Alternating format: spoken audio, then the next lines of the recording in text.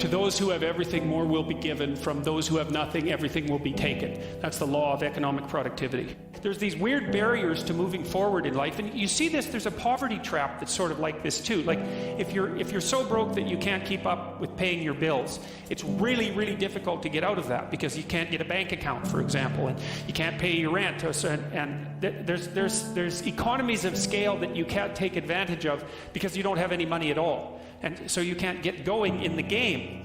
And then, so there's the problem of starting out with zero, which is a big problem and very difficult to get out of. And then there's the problem of falling to zero if you are in the game, because when you fall to zero, then it's very difficult to get going again. I had this client who was a mathematical genius, a clinical client. He taught me a lot of things I didn't know and hadn't learned as a statistician. And one of the things he talked to me about was the Pareto principle. And so I went and looked into that in some depth. And so I found, for example, that it's such a strange phenomenon. It's like the square root of the number of people operating in a specific discipline produce half the output. That's the law. And so if there's 1,000 scientists working on in a discipline, 30 of them publish half the papers.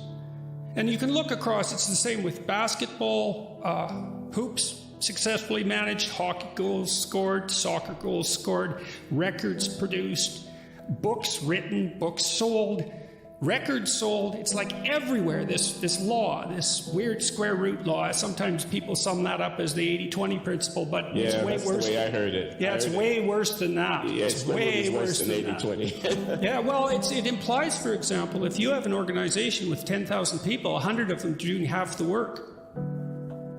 Yeah. Now, if you have 10, it's 3, and that's not so bad, but at 10,000, it's 100. And you think, no way. It's like, well, if you meet some of those people who might be in that 100, you might think differently.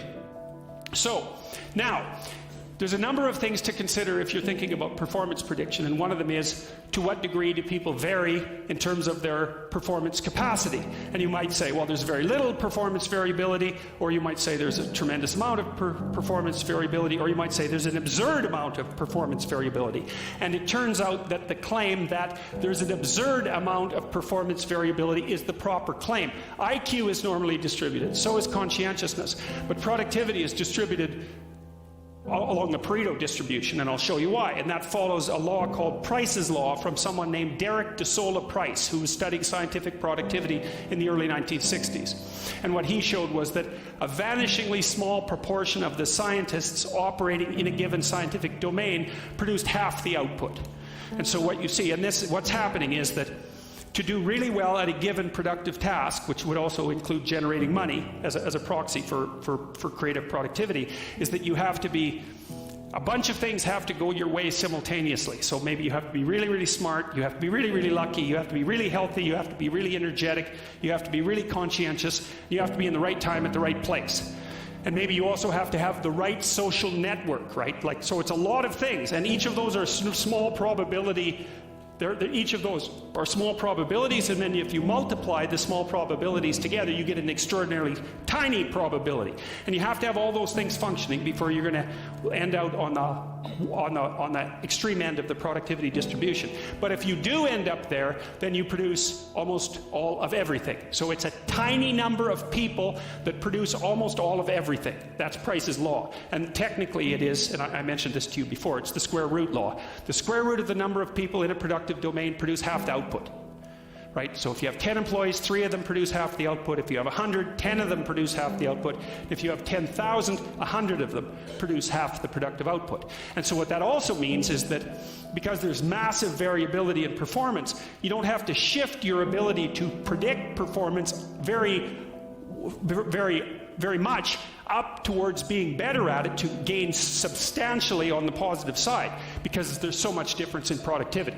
And that actually happens to be also a function of the complexity of the job. If the job is simple, which means this job has 10 rules, maybe that's a janitorial job, let's say. It takes a little while to learn it, but once you've learned it, you basically do the same thing all the time. There's not a lot of performance variability in those jobs, and most of that would be eaten up by conscientiousness, and also to some degree by neuroticism, because the people who are higher neuroticism would be more likely to miss work. But general cognitive ability, for example, is not a good predictor at all. It'll predict how fast you learn the tasks initially, but not how well you perform the tasks. But if the tasks you're doing are shifting constantly, so your responsibilities change, or you're in a creative job where you're constantly solving new problems, those are kind of the same thing, then IQ, as the complexity of the job increases, the predictive utility of IQ increases, which is only to say that smarter people can handle complex situations faster. It's like, that doesn't seem like a particularly radical claim.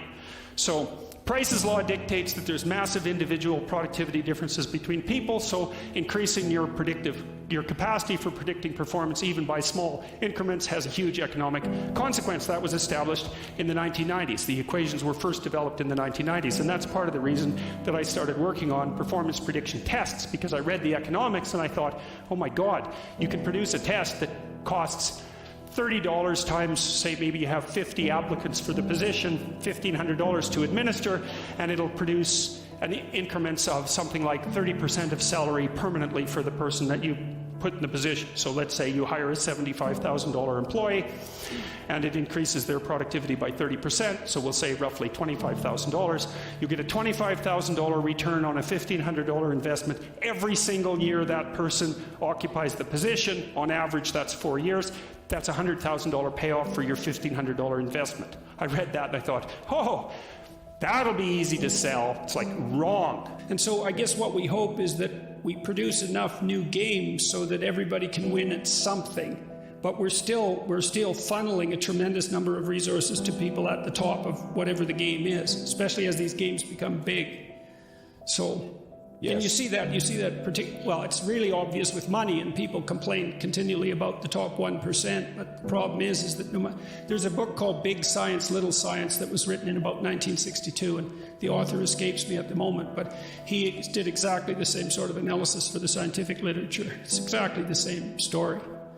So, hyper-dominance of a tiny minority of people, and so there's a natural, it's something like positive feedback loops too, isn't it? Because, and I've noticed this as I've become more famous, I suppose, is that you get known and so more people know you, and so more people are likely to attend to you, and then more people are willing to talk to you because you have an audience, and so that drives the expansion of the audience, and your connection network grows at the same time, and you have more resources, and so it's a bunch of positive feedback loops moving upward.